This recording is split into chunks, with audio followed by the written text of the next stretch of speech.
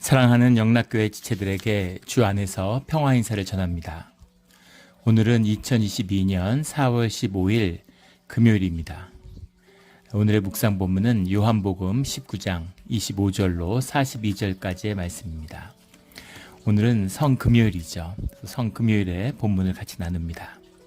오늘 본문 말씀 요한복음 19장 25절부터의 말씀은 이렇게 시작합니다.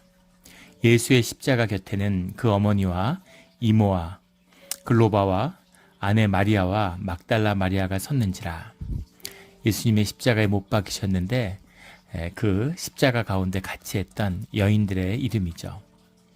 그 여인들이 주님의 최후 마지막을 십자가 위에 죽음을 함께 했습니다.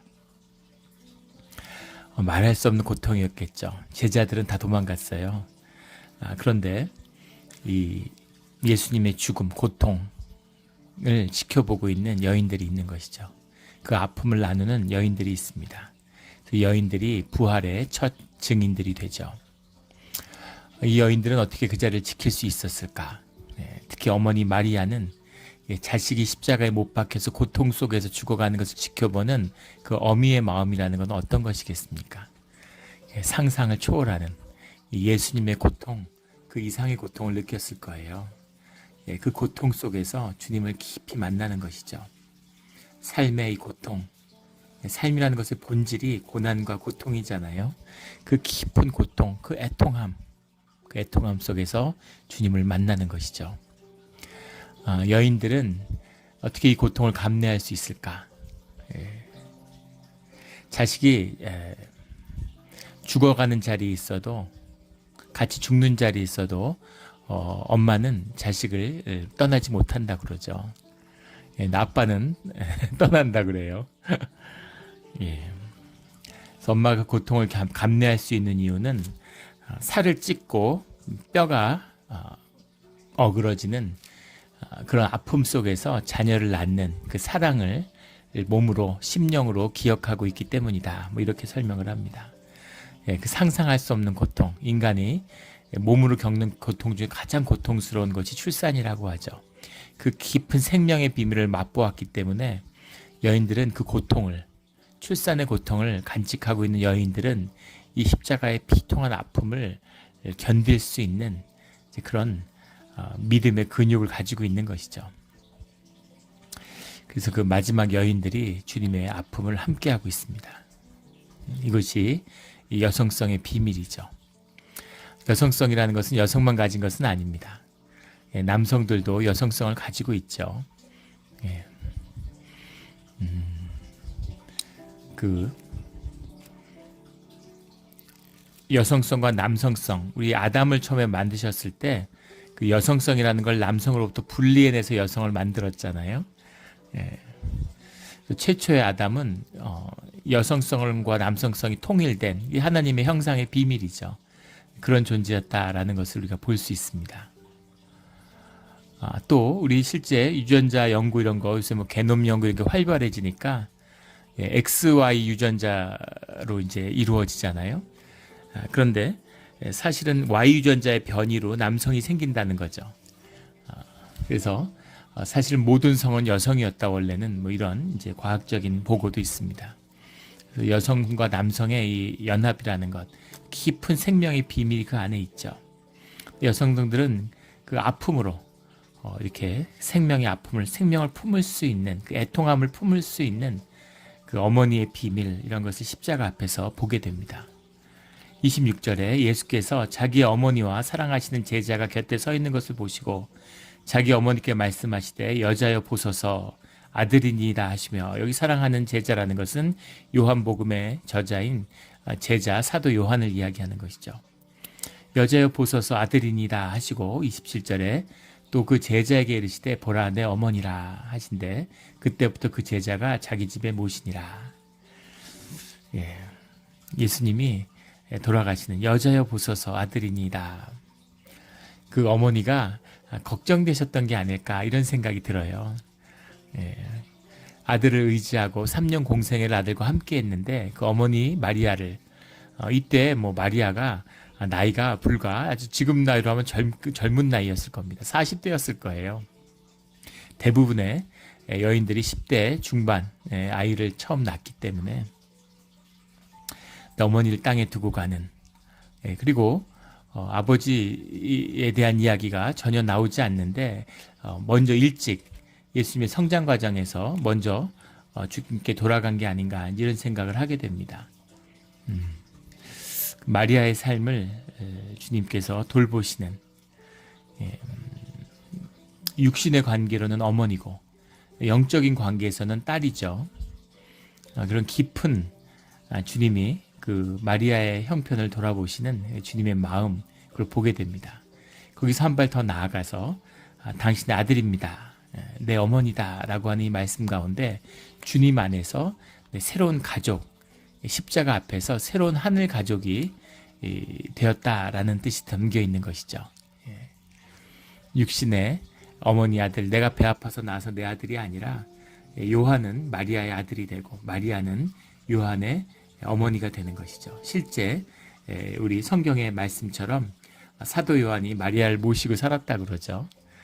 그리고 마리아도 굉장히 오래 살았고 사도 요한도 제자들이 대부분 젊은 나이에 순교한 것과는 다르게 90이 넘어까지 장수했다고 합니다.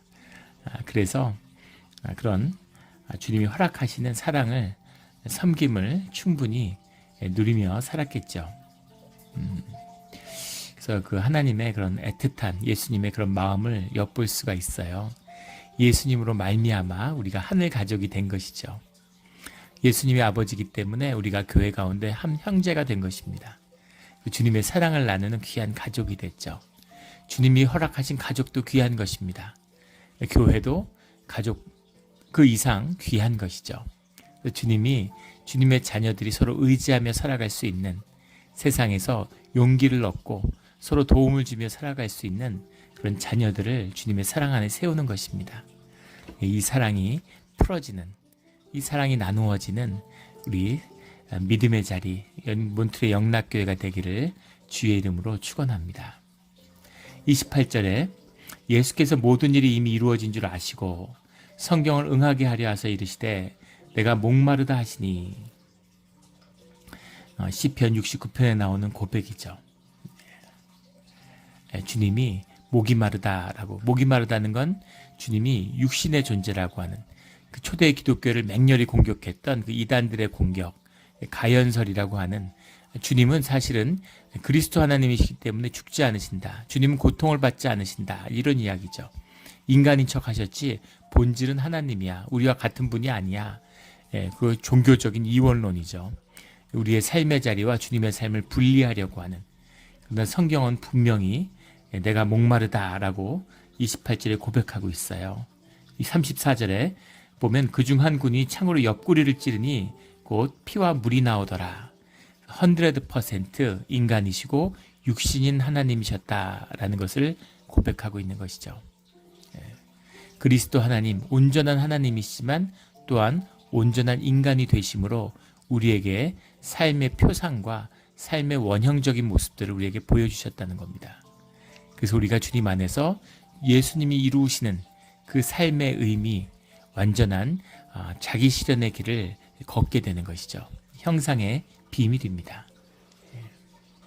이 깊은 비밀, 자꾸만 그건 예수님이니까 할 수 있는 일이지 너희는 못해, 물론 우리 못합니다. 그러나 예수님과 하나가 되면, 주님 안에 있으면 그 일을 주님이 우리 가운데 성취해 주시는 거죠.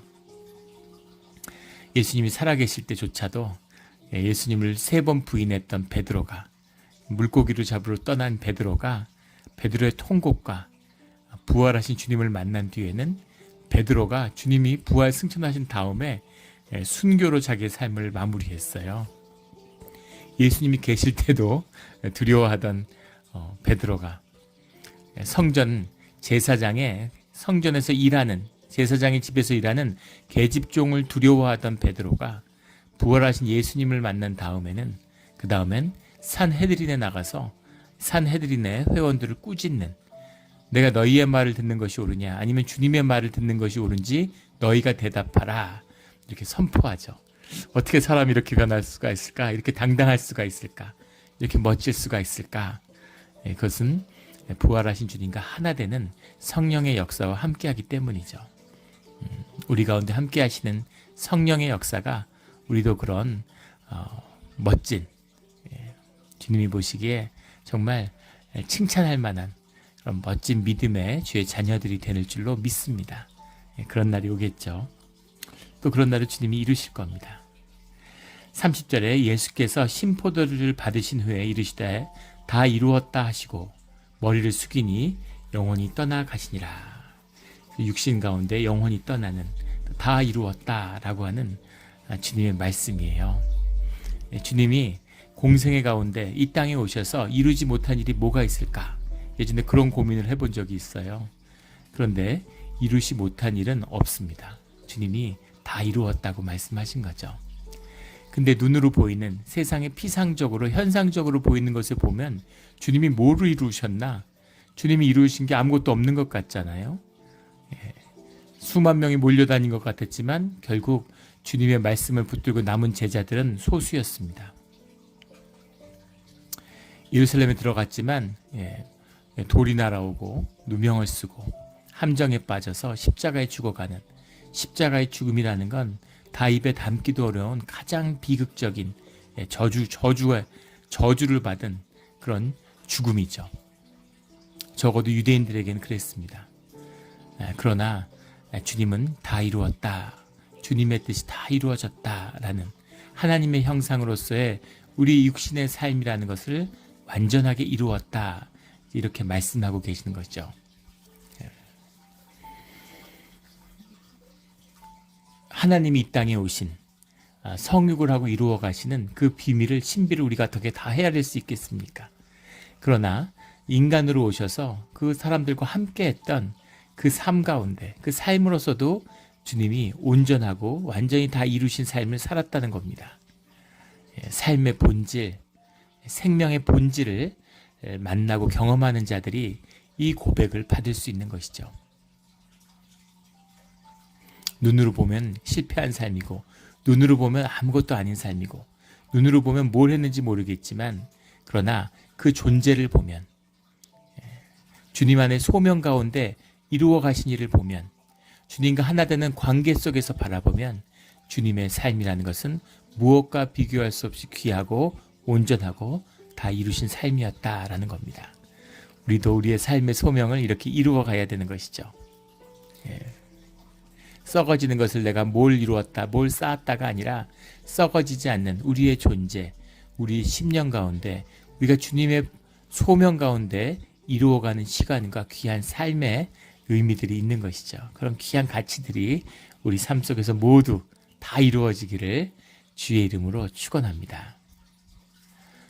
그 심층 심리학이라는 것을 만든 칼 융이라는 심리학자가 있죠. 융이안 사이컬러지라고 부르는 그 융은 예수님이야말로 인간이라고 하는, 인간이 가지는 가장 보편적인 자기 실현을 이룬 삶이었다, 이렇게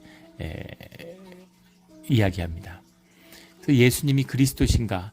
예수님이 설령 그리스도가 아니고 이 땅에 오신 하나님이 아니라 할지라도 예수님의 삶이 가지는 그 완전한, 내가 나로서 살아가는 자기 실현의 길은 세대를 거듭하고 역사를 거듭해도 인간들에게 절대적인 영향력을 가질 수밖에 없었을 것이다, 이렇게 이야기해요. 물론 심리학자의 이야기죠. 그러나 그 말씀, 위대한 스승으로서의 주님의 면모가 있습니다. 그러나 위대한 스승이 우리를 구원하거나 우리의 죄를 사해 주거나 우리를 천국으로 들어가게 해주실 수는 없죠. 훌륭한 스승들이 인류 역사에 많이 있겠지만 예수님은 온전한 인간이시지만 동시에 온전한 하나님이셨다라고 하는 그 고백, 이것이 우리가 만나게 되는 믿음의 고백입니다.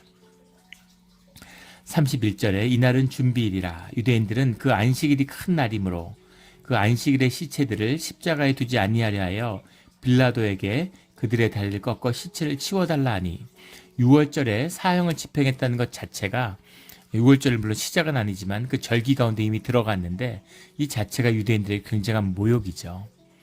유대인들은 이 신성 모독을 피하고 싶은 마음이 있는 겁니다. 근데 다리를 꺾어 시체를 치워달라라는 말은 십자가에 매달리게 되면 사실은 십자가에 매달려서 오랜 시간 고통을 받게 되는, 금방 죽지 않죠. 양팔이 십자가에 못이 박혀 있으니까 팔에 힘이 점점 잃어가면서 몸이 아래로 처지겠죠. 몸에 힘이 빠지면서 아래로 처지면 이 쇄골이 이 목을 압박해가지고 사실은 질식해서, 사람이 숨이 막혀 죽는 게 제일 고통스럽다고 그러잖아요. 근데 엄청난 고통을 느끼다가 결국은 숨이 막혀 질식해 가니까 이렇게 잔인한 죽음이 있을까 싶은, 십자가라는 건 거기다가 벌거벗었잖아요. 그러니까 그 모욕과 수치와 고통과 거기다 마지막에 숨이 막혀서 천천히 죽어가는 그 죽음인 것이죠. 근데 빨리 죽게 하고 6월절에 본격적으로 시작되기 전에 그 시체 문제를 수습하고 싶으니까 다리를 꺾으면 다리가 지탱을 못하니까 숨이 금방 막혀서 죽게 되겠죠.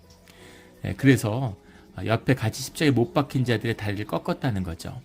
근데 주님을 꺾으려고 보니까 이미 돌아가신 겁니다.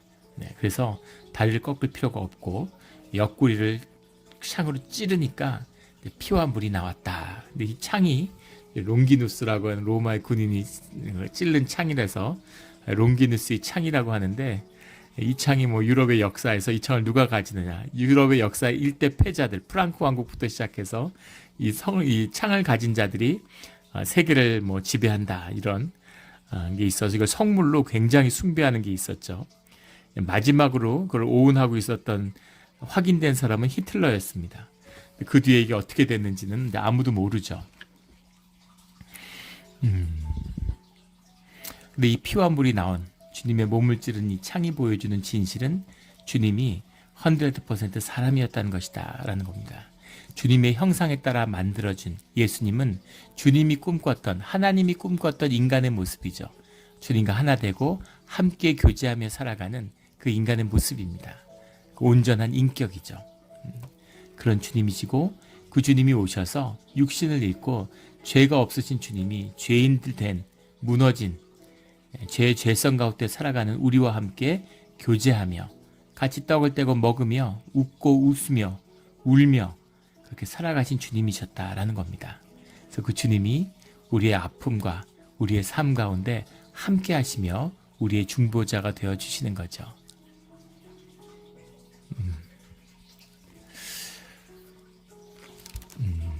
예전에 이제 한 전도사님이 계신데 남편을 일찍 잃고 전도사로 교회에서 평생 봉사하셨어요. 예. 근데 참 많은 아픔이 있는데 아픔 가운데 살아가신 거죠. 자녀들 키우면서 고생도 많이 하시고. 그런데 그 위로하는 힘이 있는 겁니다. 예. 많은 교인들이 은혜를 받고. 예. 근데 그 남편을 잃은, 자식을 잃은 그런 형제와 자매가 있는데 깊은 아픔을 느끼는 거죠. 근데 그 아픔을 공감해 주기가 어려운 겁니다. 사람들이 가서 뭐라고 위로를 해도 욥의 아픔 가운데 그 친구들처럼 뭐 하나님이 어쩌고 뭐 성경이 어쩌고 얘기해 봐야 다 상처만 되는 거죠. 그런데 그 전도사님이 가서 아무 얘기 안 하고 그냥 옆에 앉아 있으면 위로가 되는 거죠. 손을 한번 잡으면 눈물이 터지는 거죠. 그렇게 깊은 심령이 하나 되는 위로하는 그 은혜가 흘러가는 것입니다. 이것이 생명의 비밀이고 생명의 연대가 가지는 깊은 아픔의 비밀이에요. 예수님이 우리에게 위로가 되시는, 예수님 우리에게 늘 우리 아픔 가운데 함께 하시는, 그 아픔 속에 그 아픔의 진실, 가짜로 아픈 사람이 어디 있겠어요. 그 아픔 가운데 주님을 만나게 되는 비밀, 이것이 또 우리가 만나게 되는 십자가의 중요한 한 면이라는 것을 보게 됩니다. 우리가 십자가의 그 신비를 어떻게 다 헤아릴 수가 있겠습니까? 그러나 주님이 우리를 위해 십자가에 못 박혀 죽으시는 그 마지막 순간까지도 저들이 하는 일을 알지 못합니다. 그들의 죄를 용서해 주십시오라고 하는 주님의 그 기도처럼 모든 자들을 품고 끝까지 사랑하시는 예수님의 모습을 보게 되는 것이죠. 38절에 아리마대 사람 요셉은 예수의 제자이나 유대인이 두려워 그것을 숨기더니 2일 후에 빌라도에게 예수의 시체를 가져가기를 구하매 빌라도가 허락하는지라 이에 가서 예수의 시체를 가져가니라. 또 39절에는 일찍이 예수께 밤에 찾아왔던 니고데모도 모략과 침향 섞은 것을 100리트라쯤 가지고 온지라. 주님의 또 다른 제자들이었던 아리마대 요셉과 니고데모가 나오죠. 이들은 부유하고 아주 고관들이었습니다. 산헤드린의 회원이었다고 하죠. 주님을 죽이는 일에는 가담하지 않았던, 하지만 또 유대인들의 그 종교적 혈기가 두려워서 감히 나서서 예수님을 지키고자 나서지도 못했던 그 두려움을 가졌던 요셉이 예수님의 장례를 준비하기 위해서 왔다는 겁니다. 빌라도를 가서 만났다는 건 이 사람이 굉장한 권세와 위력이 있는 사람이라는 걸 보여주는 거죠. 로마의 총독이에요. 그 일제시대 때 내가 원한다고 해서 조선에 있는 일본 조선 총독을 만날 수 있는 사람은 어느 정도겠습니까? 누가 만나줘요? 만나고 싶다고. 우리가 미국 대통령을 캘리포니아 주지사를 좀 만나야 되겠다 오늘. 그럼 만날 수 있을까요? 1년 안에 만나기도 쉽지 않을 거예요. 그러니까 얼마나 아리마대 요셉이 영향력 있는 사람이었던가 하는 걸 보여주고 있는 것이죠. 하지만 그런 영향력과 힘이 있어도 유대인들이 두려운 것입니다. 그들의 종교성이 두려운 거예요. 예수님을 십자가에 못 박고 돌을 던지는 자들을 보면서 두려움을 느꼈는데 예수님이 십자가의 정죄를 받고 죽어 있는데 그의 장례를 지내겠다고 이 빌라도를 찾아온 것입니다. 그건 사실은 목숨을 거는 것이죠. 어떻게 이런 담대함이 생겼을까? 십자가의 주님을 만났기 때문입니다. 십자가의 주님을, 죽음을 만났기 때문인 거죠. 그 신비, 아직 부활하지 않으셨어요. 그런데 십자가의 죽음을 마주하는 것으로서 삶의 진실을 만나는 자들, 예수님을 육신을 장례하면서 그 부활의 소망을 품는 자들이 이미 나타나고 있다라는 것입니다. 이것이 진실의 힘이죠. 진실한 자, 자원하는 심령이 있는 자는 주님의 능력을, 하늘에서 임하는 주님의 은혜를 만나게 되어 있습니다. 이것이 오늘 우리의 예배예요. 종교가 타락하고 기독교가 무너져가지고 마치 무슨 종교행위 하는 것처럼 완전히 분리되어 있습니다. 랍비 유대교 같이 변질돼 버렸어요. 뭐 성경 공부하고 종교행위 하는 것처럼 종교를 무슨 기관처럼 만들고 뭐 프로그램 돌리고. 제가 한 13, 14년 전에 한국에서 사역할 때 한번 조사를 해보니까 프로그램이 한 200여 가지 되더라고요. 그런데 교회는 자꾸 썩어지고 부패하고 있습니다. 무너지고 있고 영향력은 상실되고 있죠. 진실을 잃어버린, 십자가를 잃어버린 그런 교회의 단상입니다. 교회의 회복은 십자가에 있어요. 교회의 중심은 십자가에 있습니다. 십자가를 회복하는 것만이 우리의 삶이 회복되고 우리의 죄를 다스리고 우리가 우리의 삶의 부활을 만나는, 부활하는 주님을 만나는 것이 아니라 부활하신 주님 안에서 우리의 부활을, 교회의 부활을 만나야 됩니다. 이것이 주님이 인도하시는 생명의 비밀이죠.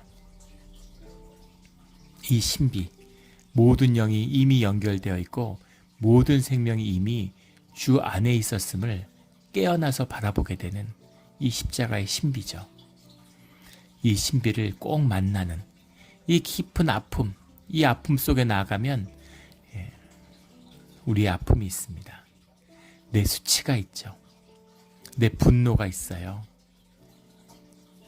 실패와 좌절과 절망 가운데 만난 내 모습을 십자가 앞에서 만나는 것이죠. 십자가가 두려운 것입니다. 십자가가 피하고 싶은 거예요. 십자가 없는 그런 신앙을 가고 싶은 겁니다. 그러나 진실의 문은 십자가밖에 없음을 분명히 성경은 우리에게 증거하고 있는 것이죠. 그래서 이 십자가를 만나고 십자가에 죽어있는 하나님을 만나야 하는 것입니다. 그 하나님을 만나야, 그 앞에서 죽는 나를 만나야, 그래야 부활하신 주님을, 부활하는 생명을 새롭게 살아갈 수 있는 것이죠. 이 삶의 반전을, 이 인생의 깊은 반전을 꼭 만나는 세컨 라이프가 열리는 올해 2022년의 이 사순절의 끝, 이 고난주간, 그리고 새롭게 열리는 부활의 시간이 우리 앞에 펼쳐지기를 예수 그리스도 이름으로 축원합니다. 아멘. 함께 기도드리겠습니다. 하나님 아버지 감사합니다. 주님의 십자가 때문에 감사하지만 늘 십자가라는 것은 아프고 십자가를 마주한다는 건 힘들고 어렵습니다. 2000년이 지났는데 지금도 이 말씀이 힘들고 마주하기 어려운 두려움과 고통이 있습니다. 예수님이 만났을, 예수님이 겪었을 그 고통은 어떤 것이었을까 상상조차 할 수 없습니다. 그러나 그 고통이 있었기에, 그것이 주님의 고통이기에 주님이 그리스도로 열어주신 우리의 부활의 길이 우리 앞에 열리는 것으로 인해 감사를 드립니다. 주님, 우리의 믿음 가운데, 우리의 신앙의 길 가운데 어떤 일이 있어도 결코 십자가를 패하지 않는, 십자가가 선명해지므로 그 십자가로 우리 삶의 모든 거짓과 껍데기를 패해버리는 그런 진실함을, 주님의 부활을 만나는, 하늘의 복을 만나는 그런 우리의 신앙의 삶, 기도하는 자리, 말씀을 듣는 자리가 되게 하여 주시옵소서. 감사하며 예수 그리스도 이름으로 기도드렸습니다. 아멘.